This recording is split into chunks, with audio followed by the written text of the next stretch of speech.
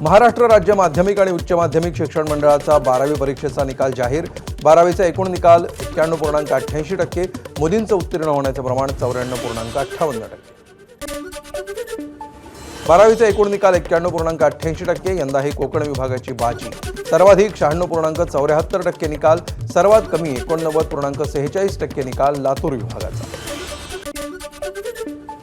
विज्ञान शाखेचा सर्वाधिक 97.35% निकाल, कला शाखेचा सर्वात कमी 80.52%, तर वाणिज्य शाखेचे 92.68% विद्यार्थी उत्तीर्ण, व्यवसाय अभ्यासक्रमाचे 83.03%, तर ITIचे 82.03% विद्यार्थी उत्तीर्ण। 12वीची परीक्षा झालेल्या 124 केंद्रांची चौकशी होणार। चौकशी दरम्यान त्रुटी आढळल्यास 124 परीक्षा केंद्र बोर्ड कायमस्वरूपी बंद करणार। बोर्डाच्या अध्यक्षांची घोषणा। परीक्षेदरम्यान गैरप्रकार आढळल्यामुळे चौकशी। दिवंगत सरपंच संतोष देशमुखांची मुलगी वैभवीला 12वीत 85.33%, वडिलांच्या हत्येनंतरही बिकट काळामध्ये वैभवीनं नेटानं दिली होती परीक्षा। वैभवीला डॉक्टर बनवण्याचं संतोष देशमुखांचं होतं स्वप्न। काल झालेल्या नीटच्या परीक्षेमध्ये फिजिक्स विषयाचे प्रश्न सगळ्यात अवघड। लातूरमधील विद्यार्थ्यांनी व्यक्त केली भावना। प्रश्न अवघड असल्यामुळे वेळ न पुरल्याचंही विद्यार्थ्यांचं मत। उन्हाळी सत्राच्या वैद्यकीय परीक्षांसाठी आता ड्रेस कोड। विद्यार्थ्यांना पोशाख निश्चित करण्यात आला असून दागिने, इलेक्ट्रॉनिक वस्तू बाळगण्यास मनाई। महाराष्ट्र आरोग्य विज्ञान विद्यापीठाचा निर्णय। राज्यातील 2997 प्रकल्पांमध्ये 33% पाणी शिल्लक। तापमानाचा पारा वाढत असून एप्रिलपेक्षाही मे महिन्यामध्ये उष्णतेच्या अधिक झळा। बाजार समित्यांमधील अन्नधान्यांची नासाडी रोखण्यासाठी संयुक्त राष्ट्राच्या अन्न आणि कृषी संघटनेकडून एक अभ्यास गटाची स्थापना। 5 जणांचा हा अभ्यास गट नासाडी टाळण्यासाठी उपाययोजना सुचवणार। महाराष्ट्र ऑटो रिक्षा चालक मालक संघटनेतर्फे 21 मे रोजी राज्यव्यापी आंदोलनाचा इशारा। ई-बाईक टॅक्सीला तीव्र विरोध करत राज्यातील सर्व प्रादेशिक परिवहन कार्यालयांसमोर होणार निषेध आंदोलन। पीओपीच्या मूर्तींसंदर्भात अद्यापही कोणताही निर्णय नाही। काकोडकर समितीचा अहवाल राज्य सरकारतर्फे केंद्रीय प्रदूषण नियंत्रण मंडळाकडे सुपूर्द। या प्रकरणाची पुढील सुनावणी 9 जूनला होणार।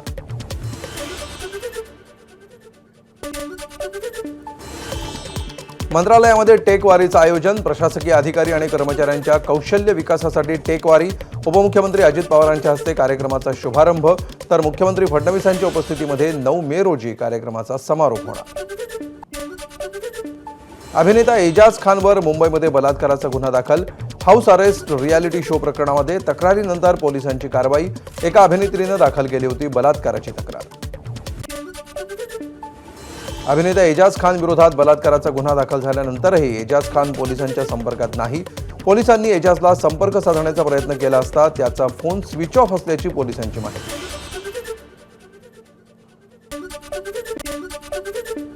मुंबईच्या अंबोली पोलिसांचा अभिनेता एजाज खानला आणि उल्लू ॲपच्या मालकाला समन्स।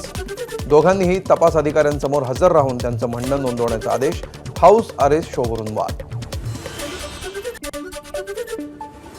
एसी बंद तर काम बंद असा पवित्रा घेत कलिना विद्यापीठातील कर्मचाऱ्यांचं काम बंद आंदोलन। काम बंद आंदोलनाची हाक दिल्यामुळे विद्यार्थ्यांचा खोळंबा। ठाकरेंच्या शिवसेनेच्या युवा सेनेची कुलगुरूंकडे तक्रार। कुर्ला अंधेरी लिंक रोडवरील मिठी नदीवरचा सफेद पूल अखेर वाहतुकीसाठी खुला। स्थानिक आमदार दिलीप लांडेंच्या हस्ते पुलाचं उद्घाटन। नवी मुंबईतील कर्नाळा घाटामध्ये खासगी बसचा भीषण अपघात। 3 जणांचा मृत्यू तर 19 जण जखमी। चालकाचं बसवरचं नियंत्रण सुटल्यामुळे अपघात। कल्याण शीळ रोडवरील पडले गावामध्ये हळदीच्या कार्यक्रमामध्ये बैलाचा धिंगाणा। ऑर्केस्ट्रासमोर बैल आणून त्याच्यासमोर पैशांची उधळण करताना बैल उधळला, व्हिडिओ व्हायरल। मुंबईतल्या पेडर रोडवरील जसलोक हॉस्पिटलजवळील सुखशांती इमारतीत आग। शॉर्ट सर्किटमुळे आग लागल्याचा संशय। कंबाला हिलच्या डिझायनर रियाज गंगजी यांच्या कपड्यांच्या शोरूमला। खासदार सुप्रिया सुळेंनी घेतली संतोष जगदाळेंच्या कुटुंबियांची भेट। सुळेंकडून जगदाळेंच्या कुटुंबियांचं सांत्वन। पहलगाम दहशतवादी हल्ल्यामध्ये झाला होता जगदाळेंचा मृत्यू। पुणे रेल्वे स्थानकाच्या आवारामध्ये आता नो पार्किंग। रेल्वे स्थानक परिसरातील वाहतूक कोंडी सोडवण्यासाठी प्रशासनाचा निर्णय। प्रवाशांची ने-आण करणाऱ्या वाहनांना आणि रिक्षांना मुभा। पुणे प्रादेशिक परिवहन कार्यालयाने गाठला उत्पन्नाचा नवीन उच्चांक। एप्रिल 2024 ते मार्च 2025 या काळामध्ये दिलेले 500 कोटींचं टार्गेट जवळपास पूर्ण. राज्यामध्ये सर्वात जास्त महसूल मिळवून देणारं पुणे प्रादेशिक परिवहन कार्यालय. पुण्यामध्ये सायबर क्रिमिनल्सकडून तरुणाची 42 लाखांची फसवणूक. सीबीआय अधिकारी असल्याची बतावणी करून गंडवलं. फसवणूक झाल्याचं समजताच तरुणाची पुण्यातील बाणेर पोलिसांकडे धाव. पुणे मंगळुरू महामार्गावर तरुणाचा जीव घेणा स्टंट. Video viral. ताथवडे परिसरामध्ये तरुण धावत्या इलेक्ट्रिक दुचाकीवर स्टंट करताना कॅमेऱ्यात कैद. तरुणावर कारवाई करावी, नागरिकांची मागणी. सोलापूरमध्ये ठाकरेंच्या शिवसेनेच्या युवा सैनिकांचं मुंडन आंदोलन. नीरा नदीवरील गणेश गावातील बंधाऱ्याची दुरुस्ती न केल्यामुळे युवा सैनिक आक्रमक. जलसमाधी आंदोलन करत अधिकाऱ्यांचा निषेध.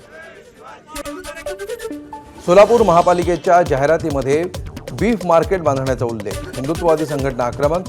सुधारित प्रसिद्धीपत्रक काढण्यात येणार. पालिकेच्या जाहिरातीनंतर स्थानिक आमदार देवेंद्र कोठेंची मध्यस्थी. सोलापूरच्या विंचूर गावामध्ये एका घराला भीषण आग. गॅस सिलेंडरच्या स्फोटामुळे लागली आग. घटनेमध्ये सुदैवानं कोणतीही जीवितहानी नाही, मात्र संसारोपयोगी साहित्य जळून खाक. विठ्ठल रुक्मिणी चरणी 5 लाखांची सोन्याची तुळशीमाळ अर्पण. पंढरपूरमधील भक्त अलका गाडगेंचं दान. मंदिर समितीतर्फे गाडगेंचं विठ्ठलाची प्रतिमा आणि उपकरणं देऊन सन्मान. नाशिक शहरातील धोकादायक वृक्षांवर चालणार कुऱ्हाड. विविध भागातून नागरिकांच्या तक्रारीनंतर उद्यान विभागाचा निर्णय. अपघातांना कारण ठरणाऱ्या वड, पिंपळ अशा झाडांचं होणार पुनर्रोपण. नाशिकमध्ये घरगुती गॅसचा अवैधरित्या व्यवसाय करणाऱ्या टोळीचा पर्दाफाश. 3 जणांना ताब्यात घेत 63 अवैध गॅस सिलेंडर जप्त. शहर पोलिसांच्या गुन्हे शाखा युनिट 2च्या पथकाची कारवाई. नाशिकमध्ये जिल्हा बँकेच्या सक्त कर्ज वसुलीच्या विरोधामध्ये काळाराम मंदिराबाहेर शेतकऱ्यांचं आंदोलन. सीतामाईकडे कर्जमाफी करण्याची आणि कर्ज वसुली थांबवण्याची शेतकऱ्यांची मागणी.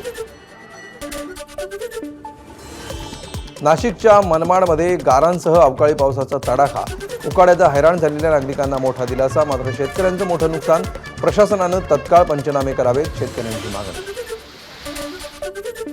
नाशिकच्या चांदवड तालुक्यातील शिंगवे दत्तासे परिसरामध्ये बिबट्याचा वावर.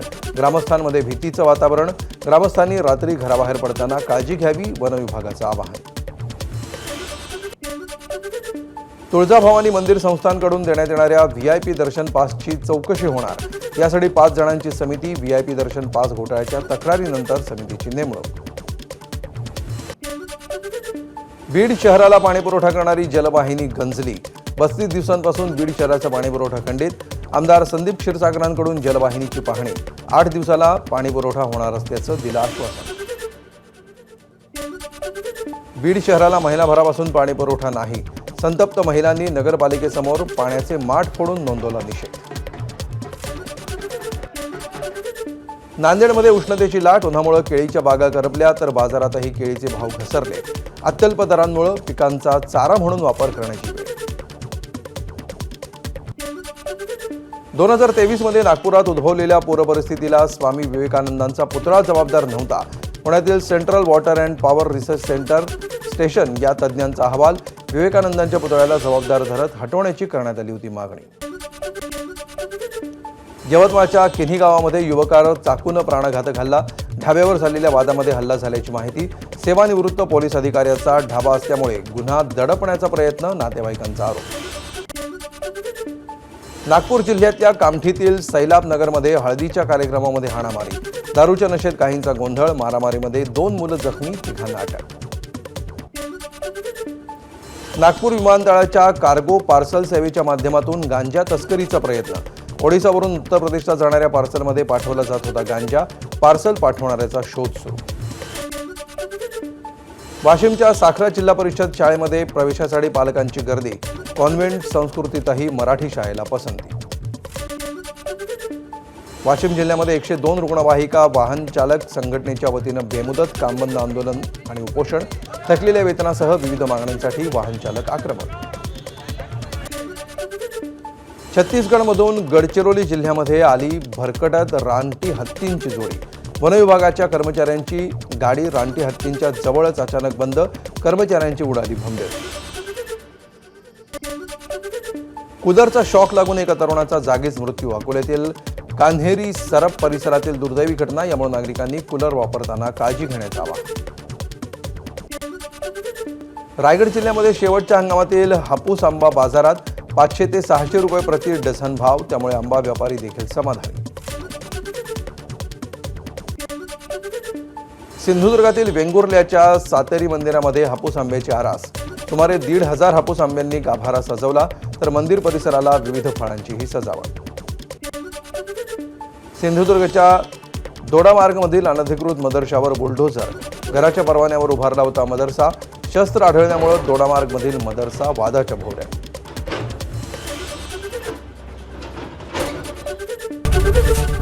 एबीपी माझा, उघडा डोळे बघा नीट.